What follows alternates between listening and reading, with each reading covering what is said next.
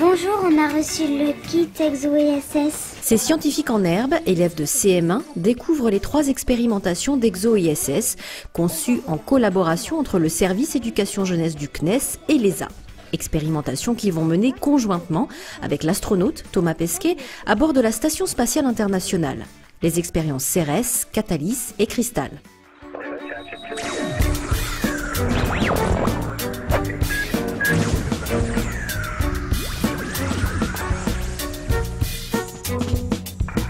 Les manipulations peuvent démarrer. Ici, on va fabriquer justement du cristal.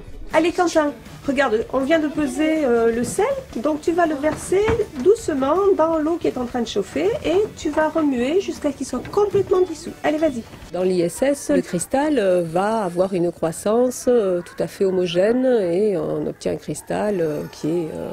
c'est un cas d'école, on dirait. Alors que nous, en fait, ça va être un agrégat de tout petits morceaux. Bon, voilà, effectivement, l'influence de la gravité sur la réalisation de notre expérience. Par petits groupes, ils vont s'impliquer dans chacune des expériences, notamment pour Cérès sur la croissance des graines. Là, c'est moutarde, radis, lentilles. C'est intéressant de savoir comment elles se débrouillent, les graines, quand on les met à l'envers. Les racines sont attirées vers l'attraction de la Terre et dans l'espace elle pousse un peu dans tous les sens. Même sentiment ici à Pierre-Paul Riquet, l'un des 3 établissements à l'origine de l'expérience Cérès embarquée à bord de l'ISS.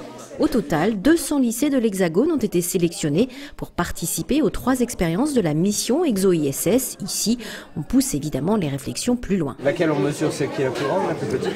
Je pense qu'il va falloir faire les 3, enfin les 5, là il y en a 5.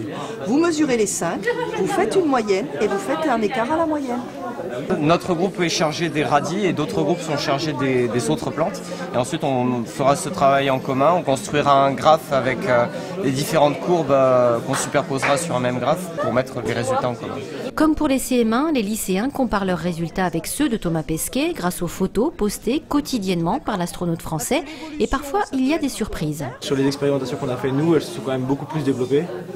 Et là, on voit que en Day 3, donc sur l'ISS, en 3e jour, on n'a qu'une seule des 6 graines Capri. Ça les aide à avancer, ça leur donne une dynamique dans le travail qu'on n'a pas dans l'enseignement traditionnel, disciplinaire.